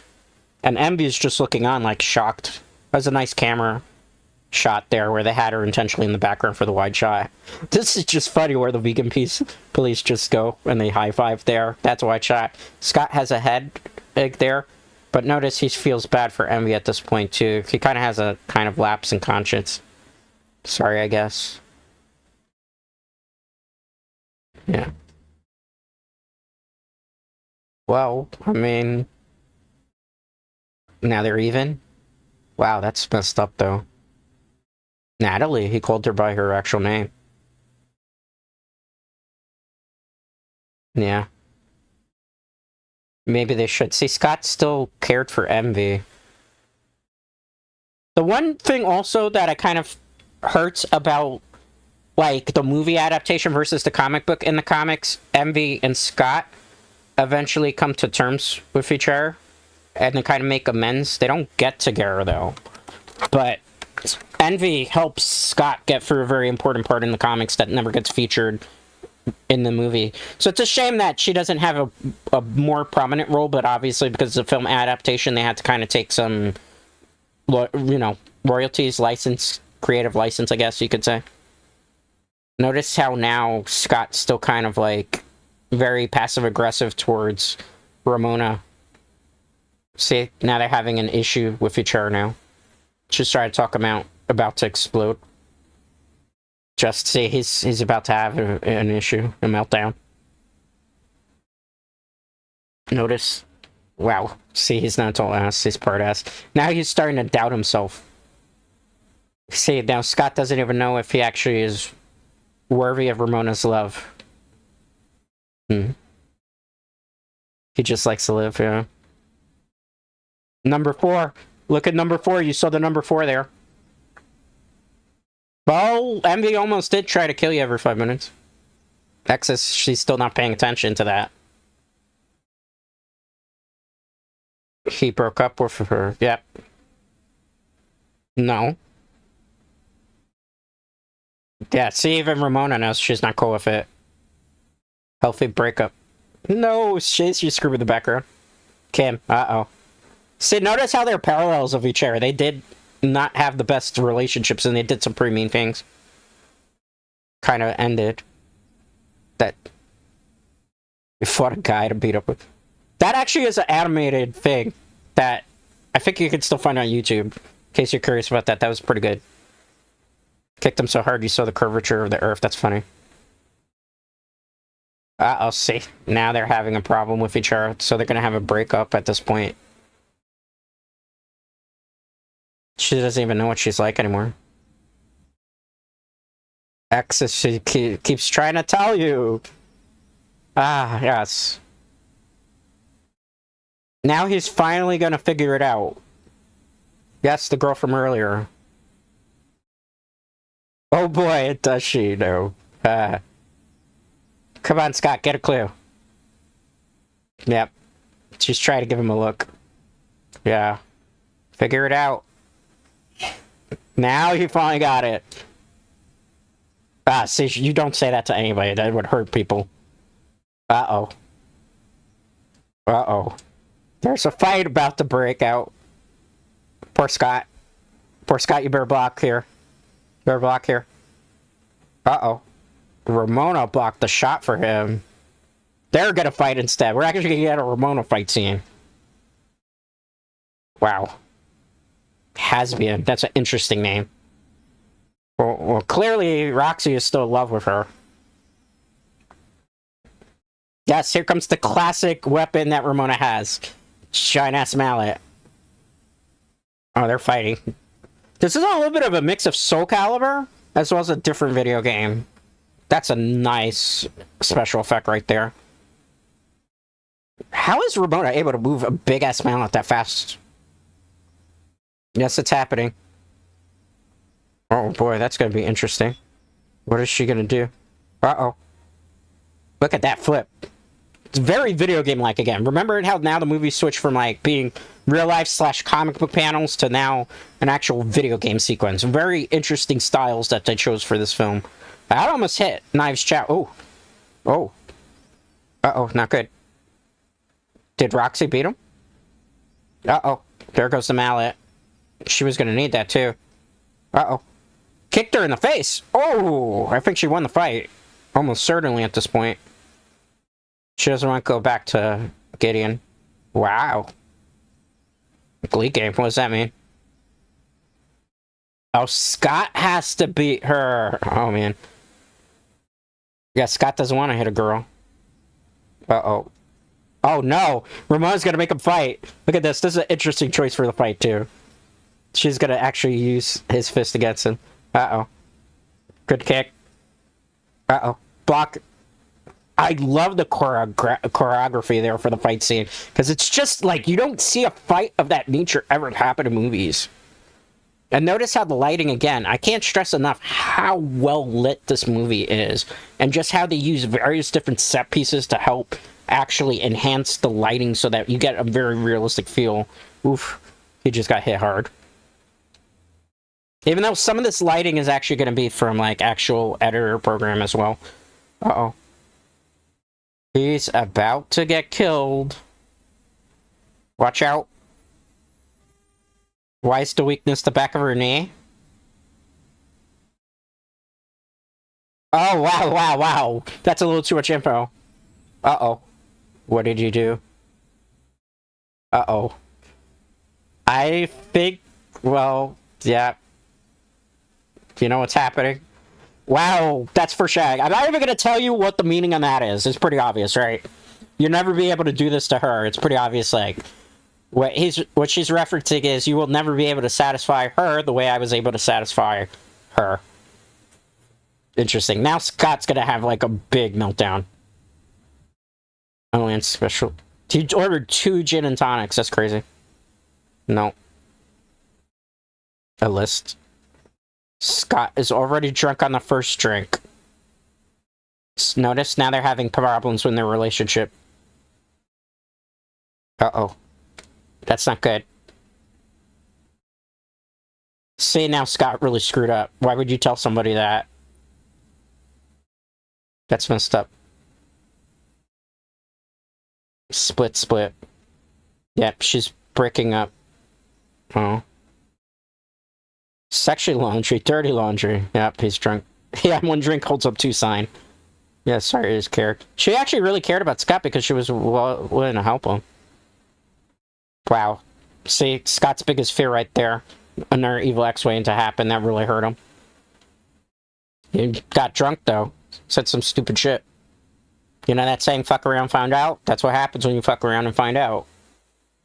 Oh, look. She gave him a list anyway. Katanagi kid? Yeah. She was dating twins? What do you mean you don't know? Where's he talking about? This is actual how they look in the comic books. So whenever Steven Stiles does this, he's actually drawing basically the comic. 4.5. Look at it. He put his Fantastic Four shirt on and they're at a half. He doesn't want to know. Okay. Notice how always Scott's music things have, or his relationship issues have caused an issue for the band. If he didn't want to take part. He wants to take them apart. Yep. He's getting tingles, that's funny. Later at night, like in the comic book, okay? How are you doing? More exclamation marks. What are they doing? Oh, they're doing amp versus amp. We're both going on at the same time. Yep. That's what amp versus amp means. Yes. You play at the same time. Yes, that's what it means. No, it isn't. It's actually very possible. Sex bombs. Look at the distance between them. Uh-oh. Gotta smack him out of it. Yeah. Did you speak to Ramona? No, because you didn't. Oh, Kim's trying to help him? Uh-oh. Look at that. Oh, but she's talking to another guy, and look at the smiles on the face. She's trying to help him. She don't care, but she really did kind of care. She still, you know, obviously had feelings for Scott in some capacity. Notice what he said, because I love you. Jason Schwartzman. He's confused. He already knows something's up, but he can't actually break away because now he has to play against the band, so he's gonna miss out on being able to talk to Ramona. Well, look at this. Look at that setup. Katanagi twins. The music is done in this particular thing by Anamanaguchi. So if you're not familiar with them, definitely look them up on YouTube. Really good artists. They're really good artists. Yeah, you better do it. If not, notice this shirt here is the head of the guitar there. There's another we're going to be able to fit into the complete camera shot, so they decided to put it on the actual shirt, which was interesting. Uh-oh. Look at that. Music waves. So notice how, again, we shift from comic book to now, like, an actual video game panel between... Even listen to, like, the electronic sound effects between them, too. This is kind of going to be, like, a reference to Rock Band again. Literally tore the roof off the house. Look at that. Scott is angry because he wants to talk to Ramona, and he knows that that guy's flirting with her. Alright. Let's see how this goes, right? This is like the most important song in Scott Pilgrim vs. the World. Perhaps one of the ones that's the most infamous for people who know it. Because it's Threshold is the name of the song. And listen to the lyrics, too. It's not the best lyrics, but it's pretty cool. Notice how Ramona is kind of impressed by the way they were playing. Notice how Scott is really ramping up the intensity at this point. Notice the dragons that are coming out from the amps right now. That is like a reference to Double Dragon, and some can even say, because of the breath that they're shooting out, that that could also be a reference to Godzilla movies with King Ghidorah, even though King Ghidorah was a three-headed monster. Or a three-headed dragon, there's a two-headed dragon here. Well, the Katanagi twins apparently blew them away with their little performance. Screwed the pooch. Gideon Graves. Yes, Gideon is here. Notice Gideon was on the list of ex-boyfriends, number 7. Notice the ring that was flashing, by the way, there? Yes, Gideon is G-Man. Scott is going to try his best to try to impress him, win over Ramona again. So... the only way he knows how to do is try to make it look like his band can do. Notice, again, the double dragons that are coming out. There. Interesting camera choice. Notice Scott is going to do something here. Notice this ape that comes out. I think this is supposed to be a reference to Dragon Ball, in a way. Because notice how the ape is very Ozaru-like there. There's no real video game that does that, but notice how just the way that the ape is fighting, the Sasquatch type thing, very, very reminiscent of a Dragon Ball... the first Dragon Ball, not so much Dragon Ball Z, but the first Dragon Ball, where, like, kind of reminds me of the Piccolo fight against Evil King Piccolo. Notice how he won. They beat the Katanagi twins. Notice how it transforms back into Scott's guitar. That's also really such a cool effect there that Scott was able to pull that off too. Very cool. Notice how the meter is going up there with the point system there too. Notice that. That's a 1-up. That is reminiscent of Super Mario Brothers, as well as multiple video games. Also, the sound effect there was from Mega Man when you grab a life. Look at Knives. Knives was there supporting him in the show. Remember, she's a loose plot point too, because Scott broke up with her, but she doesn't have unresolved feelings, and she's trying to tell him. Listen to the music in the background if you can hear it. Look what she's singing. That's... literally Knives singing in her head what she wants to tell Scott. But it's very low pitch, you can't really actually hear it. Notice how unresolved feelings between Knives. This movie is about a lot of people's hang-ups in their relationships and not being able to move on to actually create good new relationships with her. He wants to talk to her. See, Scott's coming clean now. He said the wrong word. He said, I'm in lesbians, and it's not. He was supposed to say, I'm in love with you. Yeah. This is gonna be rough on him. She was breaking up with him. But remember, Gideon was talking to her, so... she can't. And this is also music that was by the car door opening. That's the bad news? Yeah, man. Poor him. What's the good news? Sex bombs. Repeats Rock's outfit. Notice how Jason Schwartzman, as playing Gideon, is very condescending. See? He's like that fake nice guy. See? That's not, yeah. He's not gonna sell out. Scott. Well, Steven wants to be popular. Remember, he wants the band to take off. Look, Kim signed with him, too. That's a good line, though. Don't let the past ruin your future. Yeah, so Scott's gonna leave the band. Neil already knows how to do the parts. Remember, Neil has practiced multiple times with them when Scott has blown off his responsibilities. Look at Ramona. She looks heartbroken. It's like she didn't want to break up with Scott, but why did she go back with Gideon? And she was looking at Gideon with menacing eyes. Why is that the case? Uh-oh. Uh-oh. See? It all kind of worked out. Not really. Poor Scott. What's gonna happen to him? Between him and I? The whole League of Evil Exes? What is about that? Notice the lighting here? This is one of the few times where it's not actually done by a street light, and I said it had to be simulated by actual... Because that street light, the way it's lit right there, is way, way too film lit. That's not like actual lighting on an actual street. That's one of the few scenes where it doesn't come off super convincing. He just realized he said the wrong word. So Scott talking the walk of shame. Notice how it's pitch black in the background there to represent his depression. How hurt he is. Another thing that kind of peeves me a little bit about the movie as opposed to the comic books. In the comic books at this point, MV would have had a more prominent role. And also we would have got introduced to Nega Scott, which is Scott's depression, which he has to overcome. But unfortunately the movie doesn't go that way. Instead of MV here in this point, we get Stacy trying to kind of calm him down. Stacy Pilgrim, I wish had more actual lines in the movie, too.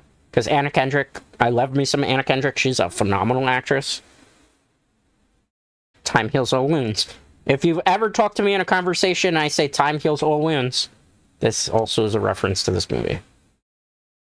That's not that bad. It was 7. Uh-oh. Notice the lighting here, too. That's supposed to simulate the moonlight. Notice she just, like, was gossiping. Uh-oh. Turn off the light. Why? Well, he wasn't really looking, was it? And I apologize for that. Perhaps. Uh-oh. Scott's sitting there. This is bad. What's gonna happen? He's gonna throw him out. Uh-oh. Oh, he's got another boyfriend now. He's gonna need it for the rest of the week, which means he has to leave. Yeah, he's gonna throw him out. He can't move in with Ramona. They broke up. Poor Scott. Scott's life is crashing before his eyes. Yeah, the fight is over, but what is he gonna do now? He's gonna have to find a place to live. Who's that? It's for Scott. Who's that? Notice the lighting in this particular scene, very, very well done. To simulate that the light is shining from the apartment on his face. Oh, Gideon is calling to just rub salt in the wounds. Uh-oh.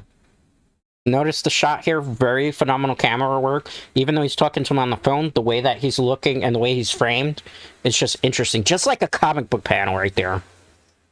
Oh, he spilled... That's gotta hurt. I have spilled coffee down there. It hurts when that happens. Fortunately, I never made myself.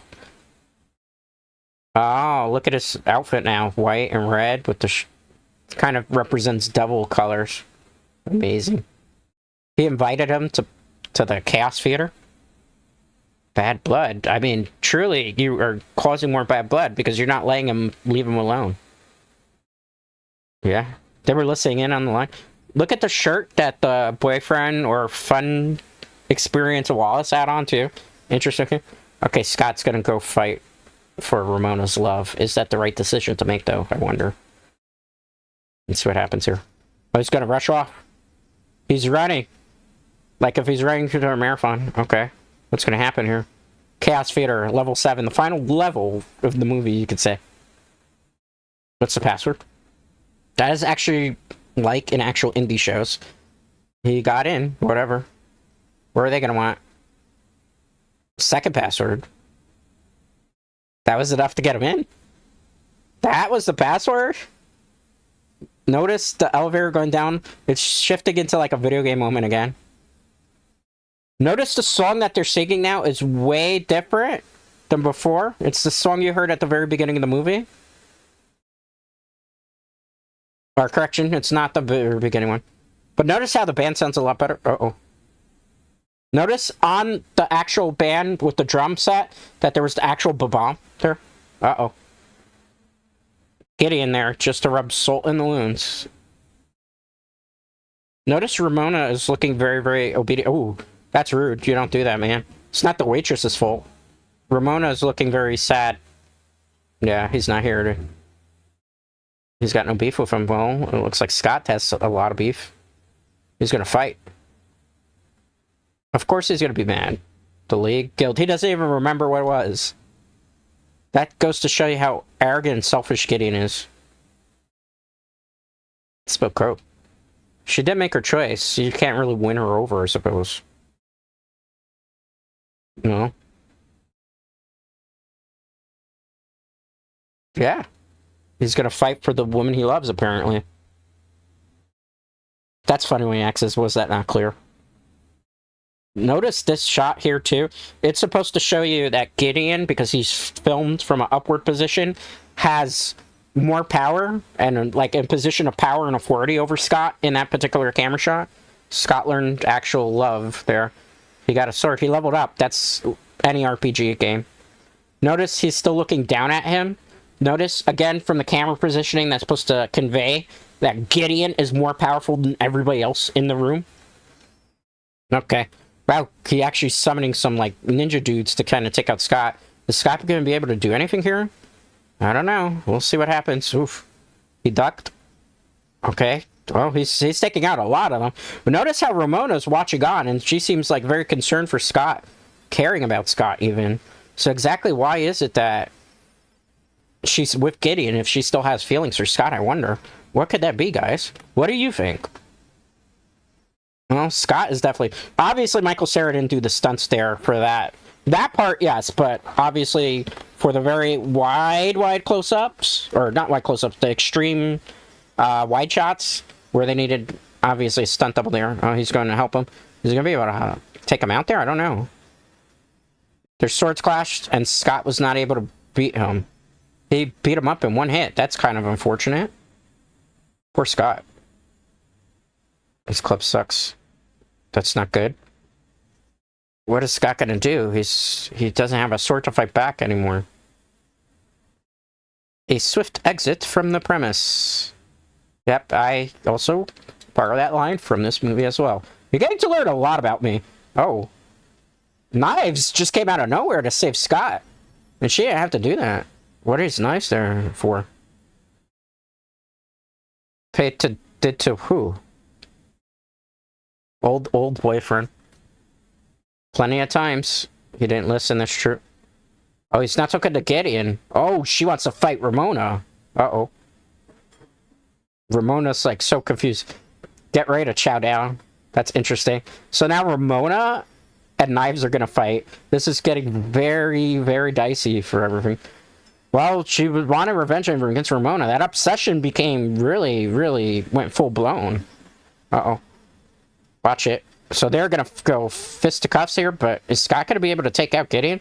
Interesting parallels how Scott wants to fight Gideon because he's heartbroken over Ramona, and Ramona has to fight Knives because Knives is heartbroken over the fact that she broke up with Scott, and she thinks that she stole her. And yeah, Ramona has no clue what's going on. Uh-oh. Interesting parallels between these fights here right now. Uh-oh. She didn't steal anybody. Ramona is just a victim of circumstance, perhaps, here? Oh, he tackled him. I don't know if that's going to work. Oh, he did her Karana effect there. Notice how Scott now is kind of in the middle ground here? Oh, he's going to try to break up the fight.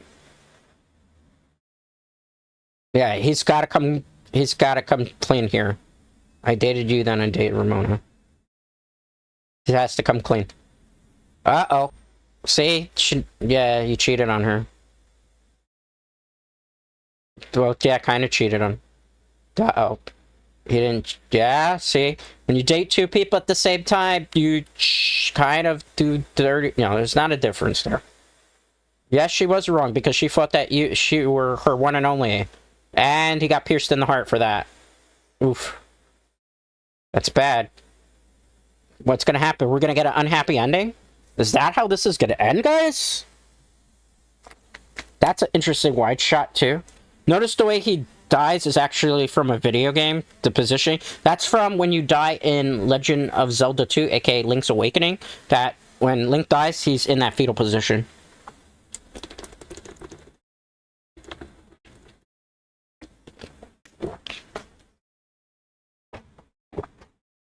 Oh, Ramona's in his stream. Complicated, what is it? Yeah, I mean, he's dead. But how's Ramona able to visit him in his in purgatory or his death? Truth is what? She was obsessed with him. Not Gideon. Why? I ignored her. Oh, that's terrible when that happens. She left. Because he ignored her. Oh. Why would you do that? You just what? A way of getting into her head. Yeah, it is legitimately disappointing. Oh. Well, that's just evil. Yeah, that's what I said, Scott. This is a nice special effects, too. He wanted something simple, or she wanted something simple. Can't blame her for that. Yeah. He did try to fight for her. That's a very important lesson that she tried to teach him there. Maybe he was supposed to be fighting for himself and not fighting for the girl that he loved. You did learn something, Scott, but you're dead. What are you going to be able to do now? Oh. What's going to happen? You're not alone, remember? She said it. Oh, look at that, the extra life, remember? He picked it up in the beginning of the movie. Or not beginning, middle of the movie, right? We're getting fast forward sequences, 2 times, 3 times. He's got bonuses. He's going back to fight again. Level 7 Chaos Theater. Oh. He's not even going to be nice. He's just going to...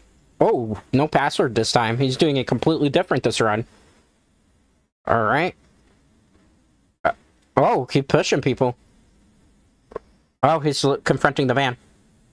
He knows what he's doing. Oh, Scott understands that actually the van is better out without him. Neil finally got an upgrade on his name. Is he gonna finally tell her? He finally apologized to Kim. That gave Kim some confidence. Uh-oh. He's gonna beat him up now? Uh-oh. The final fight. Why is he pausing him? For her? No. I want to fight you for me. So you got self-respect. It's very important to have self-respect for yourself. A lot of interesting things you can learn from this movie in terms of relationships and just like yourself as a human being when it comes to relationships too. Notice the music's going to be different here too? Okay. It's a lot more frenetic. Scott is taking everybody out. Uh-oh. Look at that. He took care of them all out really quickly. Notice this scene too. Pay attention. That's Ninja Gaiden again reference right there. Very Ninja Gaiden reference. Notice Scott was able to take him out this time. Unlike the first time. Because he has self-respect for himself now. We'll beat him. In one hit. No, he's trying to redo everything. Oh, she still got to kick him in the face though. No, no. No, no. Gotta stop her. Okay. Oh, take the kick. Nope. No, no. He's got to come clean. That's the only thing he's got to do here. Oh, notice Knives is higher up than both of them right now. That goes to show that she was in the right here. Again, she was in a position of power because she's the threat at the moment. Oh. She didn't mean that. He's trying to make this come all full circle and come to terms. Are they? Oh, the chip broke. Oh, why is he still here? Gideon. He's gonna fight him again? Uh-oh. Are they gonna fight each other? Finally? Oh, look at that. He's pulling out this big sword. 6-time power. Is Scott gonna be able to stop Gideon here? The true form of power. Look at that. Hair 7. He's got definitely some cool hair. He's fighting him one-handed with the sword. That's crazy. Uh-oh. And look at how much he's showing off Gideon at this point. Uh-oh. Look at the blades. Is Scott gonna be able to subdue him? This is like a full-on Star Wars battle right now. Notice how whenever the swords are clanging together that they're pixelated. Oh! Knives came in for the assist here. 2-player mode. Ooh. So Knives isn't gonna let him fight alone here. Uh-oh. Let's watch. Let's careful here. Are they gonna be able to team up? Remember, this back in the very beginning of the movie, they were synchronized in the ninja fighting game. So this is where it's kind of coming full circle. Remember all the time that they practiced? Oh, she got hurt badly there. Poor Knives. Scott's gonna have to do this alone at this point. And what's Ramona gonna do? Is she gonna come in and intervene as well? Because she could at any moment. Oh, he got him on the face, so that's something. Scott, what are you gonna do? Oh, his sort of self-respect broke, though. That's gonna be bad for Scott at this point. Ooh, Ramona's coming through. What is Ramona gonna do? Is she gonna join Gideon again after everything? Scott? Oh! She kicked him in the nuts. Or kneed him in the nuts. That's gonna stick for... Oh, he hit her. How dare you? Oh, he kicked her down the stairs, too. Oh, true evil villain there. Notice how, again, Gideon, the way he was framed there for a second, he had power still over Ramona Flowers. But these two are on equal footing with him. Notice how they're at equal eye level. Oh. Again, get ready. Like it was in the arcade game at the beginning of the movie. Oh. They're in sync with the fighting. Look at that. They're beating each other. They're beating him up real good here. Yeah, Gideon's not going to be able to do anything. Look at his life meter going down tremendously here. Scott and Knives made a pretty good team. Oh, gave him the wheelbarrow kick. And now all he has to do is finish him off, right? What's going to happen here? Gideon is red flashing. The red flashing is reminiscent of Teenage Mutant Ninja Turtles and any beat-em-up game where when you're about to beat a boss, they flash red for a while. So that's what that's supposed to be. He's pixelating too, which is interesting. Gideon, for the first time, is weak. Notice how Scott is standing over him. This is supposed to imply that Scott now is the powerful person in this particular scene, and that he's more powerful than Gideon. Ooh, he's coughing up coins. Also, notice Knives also is standing above him too, which means Knives is more powerful than Gideon. Uh-oh. Gideon, a true egomaniac at this point. I'm just gonna get him. Oh, look at that. He freaking soccer kicked him. And that's the end of Gideon Graves, the strongest evil X, who wasn't truly that strong at all. Look at all the coins flying around, too. And look at Knives. Knives is truly impressed. Interesting. Scott's looking on at Ramona. Or not Ramona, Knives, and saying, wow. Oh, well, look at that. Well, you know, their band deal is gone now at this point. Steven, we're still getting paid. The dude's dead. There's no band deal anymore. You better pick up all those coins while you can. That's an interesting... Neil picking up something. Poor Kim. Alright. Notice how Ramona's looking at those two? She kind of feels like they make a good couple. What's gonna happen? Uh-oh. Now, this is the one part of the movie that I kind of was a little confused by. You're gonna see here. This takes a dramatically different turn than the comic books. Remember I was talking about Nega Scott? And how it was kind of weird how he wasn't in the scene before when Scott was depressed? Yeah. So what's Scott gonna have to do here?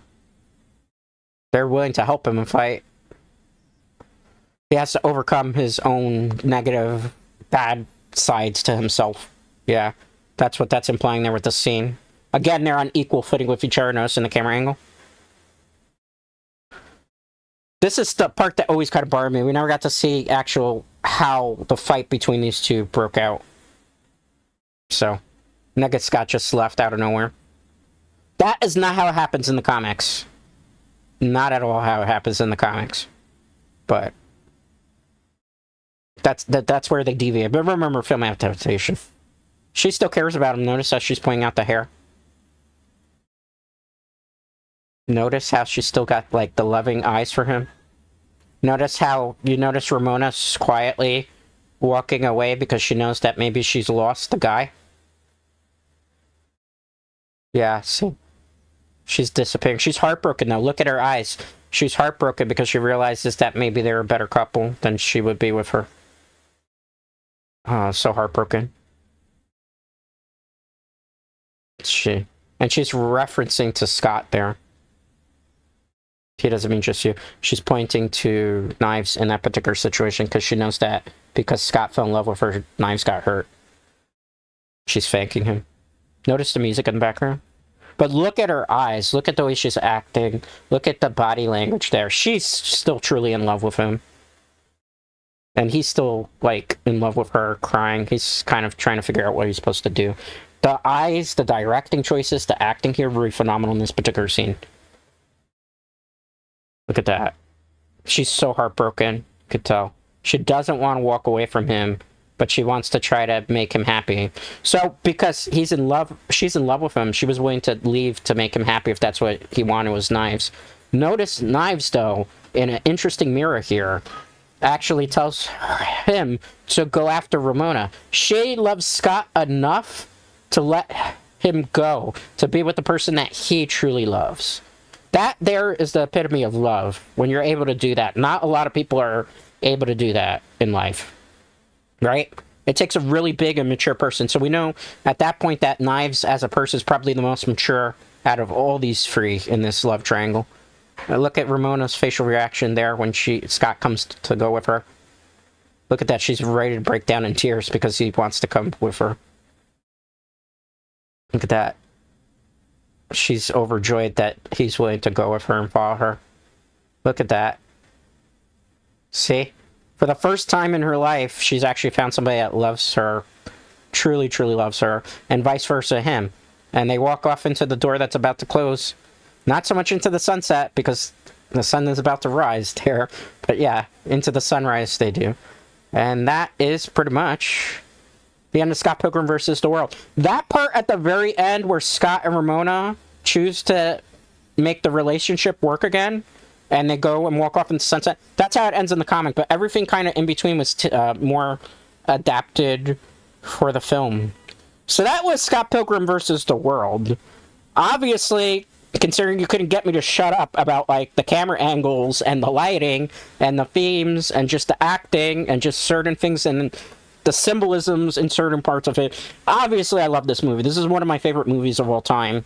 The only other movie that I think would be higher up on the list for me would be High Fidelity, a movie I would love to watch with these guys because it's a movie that it's a really good movie. It has not exactly the same themes, but it has about, like, love and relationships. I always really do like good movies about love and relationships. Actually, let me look here quickly, guys. If High Fidelity is actually on HBO Max. We could watch that next week, actually, if that's the case. It is not on HBO Max. It is on Hulu, which I do not have, as well as Amazon Prime, where you have to rent it, and YouTube subscription. Oh, Disney Plus! It's on Disney Plus! I have Disney Plus. Maybe we could watch it that way. We could watch it on Disney Plus. I'll find a way to do it. Maybe let's do that next week. It's not that long of a movie. Probably good amount of watch time there. I am going to veer away from the movie. There's no post-credit sequence here. Keep that in mind. Like, the only thing, like, if you fast-forward it, which you can, is, like, once you get to the very last thing with the Scott Pilgrim music that's actually in the video game, as well as the Scott Pilgrim theme that they 8-bit theme from the beginning of the movie. You fast forward to right when it's the copyright of 2010 Universal Studios, you actually get some foreshadowing to the Scott Pilgrim, the video game, which actually comes out. It's funny how HBO Max, see, look, that's the Scott Pilgrim, the video game where he runs in, jump kick. That's actually from the video game we played. See, everything I did actually came full circle here with it and those coins. All right, I'm going to back away now because the movie's over. I fast-forwarded because there was just not really anything that was really worth talking about there. So anyway, that was Scott Pilgrim versus the World. I highly recommend it. It's a favorite movie of mine. Maybe next week we'll watch High Fidelity because that's a really, really good movie. That one's a little bit naughty, though. Like, there's a love scene in there or two, and maybe some of the content in it might be outdated by current times, but I think it's a really good love story about a guy who has to mature to be able to be with, like, the person he truly loves in life. So, I mean, that's a good segue. In this movie, really, when you think about Scott Pilgrim, at the beginning of the movie wasn't that great of a human being. He was kind of terrible, and he went around breaking people's hearts. Keep in mind, he's kind of like a parallel of Ramona Flowers, where Ramona Flowers, the same way that she was breaking people's hearts, but she was doing it intentionally, as opposed to Scott, that really hadn't come to a level of maturity and didn't understand that his consequences of his actions were hurting people that actually did care about him, which was an interesting theme. Obviously, the action sequences are great. There's a lot of video game references that I pointed out in it. My only little nitpick, again, is that it doesn't cover certain aspects that the comic book, the graphic novels, do. So if you enjoyed this movie, and if you enjoyed the video game, I would highly recommend checking out the graphic novels. You can probably still get them on Amazon. I don't think they're out of print, and every so often they get reprinted. And you should definitely check it out, because the graphic novels go into way more detail, and they cover a lot of stuff that the movie doesn't, because remember, it's a film adaptation. Also, an interesting thing before we leave, in the Blu-ray version that I have, as well as the DVD copy of Scott Pilgrim vs. the World, in the bonus features, there was an alternate ending in which Scott actually goes back with knives, and Ramona walks off into the sunset by herself to start a new life and find somebody that she truly loves. That, when they did it with test screening audiences, people hated it because it's not a very happy ending, even though it's a happy ending for Knives, and it kind of comes full circle. On top of that, it's not realistic to the comic books, graphic novels, because in graphic novels, Knives still implores Scott to get with Ramona instead. So, there was that. So they don't want to kind of go against the comic books, so that's why the alternate ending for that wasn't filmed that way. So there's that. So there was an alternate ending where he ends up with Knives. So if you were like a Knives fan, in an alternate universe, they ended up together. Just didn't make it into cinema. Besides, like, another thing that always comes into question is Scott Pilgrim dating a 17-year-old when he was like 28. It was in, again, depending on the culture, I'm not condoning that. Keep that in mind. Depending on the state and everything, that would have not been considered skeevy and disgusting. But, to each their own on that one, because that does kind of come under fire with the source material quite a bit from people. But again, remember, this is like just a comic book movie. It's not actually real life. Although, and it was meant to show that Scott wasn't really in love with her, because remember, they never kissed, remember? At the beginning of the film, she says, "I've never even kissed a guy." And Scott says, "Well, I didn't either." But that was to imply that Scott and her have never done anything. So it was like Scott was just kind of with her and dating her for the company, so he wouldn't actually feel alone. I think that's a part that if you haven't read the source material, you haven't watched the movie, and you haven't done certain things, it would kind of fall upon deaf ears, and then you'd be like, Scott was a dirty old man that was dating himself. No, they never. The whole point of it is that they never actually had a physical relationship whatsoever, despite the fact that Knives clearly was interested. Another thing that's interesting is in the comic books. I think they also did in the animated series. I haven't seen the animated series yet. I do want to watch it, though. Another thing that happened in the comic books is there's a part where Scott is already with Ramona, and what ends up happening is, like, there's a part where Knives and Kim get drunk, and they start making out. And I forget, I think it's Scott walks in or Stevens walks in, one of the two, and catches them. And that kind of implies that they get into a relationship with each other. Now, from what I've heard, this is a spoiler alert, so cover your ears for like 20 seconds if you don't want to hear this. Apparently, in the anime that came out, the animated series, Kim and Knives actually get together in that universe. So they kind of push a storyline that was in the comic books, which I think is interesting, because the person who's in charge of the animated thing, who oversaw it, was the guy Brian O'Malley, who actually wrote the comics. So we finally actually, if you were a fan of the comics, got some closure in that, yeah, Knives and Kim do end up with each other. Which is interesting, because remember, like, in the movie, Knives was constantly, like, bashing, or not Knives, excuse me, Kim was constantly bashing, like, Knives for being underage and making fun of Scott and everything, and then they ended up getting together, at least in the comics, as well as apparently the animated series. So there's that. There's a lot of things. I could go on about Scott Pilgrim versus the World in the comics and the MV thing, and we've talked about this for far too long anyway, as it is, so I'm going to have to, like, end it there, because we are getting to the 2-hour mark. But yeah, that was Scott Pilgrim versus the World. I do enjoy the movie. I hope you enjoyed one of my favorite movies of all time as well. And definitely, obviously, guys, leave thoughts, comments, whatever. And if you watched all the way, and even as a VOD watcher, leave me like a sword emoji so I know that you watched all the way through. With that being said, though, tomorrow, what are we playing tomorrow? Tomorrow, we are going to be playing Monster Hunter World Iceborne. We're going to be doing a run back on the dual blades. Originally, I was going to do Stardew Valley, but I didn't have time to prepare again because I'm kind of get busy. I get thrown around. Time is limited, right? So I don't have as much time to prep as I'd like to certain times, right? So we're not going to do Stardew Valley. Stardew Valley will be next week. I know I said that 2 weeks in a row. If I don't do Stardew next week, you guys can punch me in the nuts. Promise. Like, not very hard, though, because I might need those for things, obviously. But, yeah, we're going to play Monster Hunter World Iceborne. That's going to be a 9 a.m. stream. That'll be the last stream for this week. So with that being said, I'm going to take my leave because my throat is kind of a little parched for ranting about this movie for so long. Next week, maybe High Fidelity. I will keep you guys posted because it is available on Disney+. I think we can watch it there. With that being said, though, thank you to everybody that came out today. Thank you to all our chatters. Thank you to our lurkers, VOD watchers. If you watched till the very end, leave like a sword emoji of some sort so I know you watched. Thanks, guys. I appreciate it. And most importantly, I appreciate you.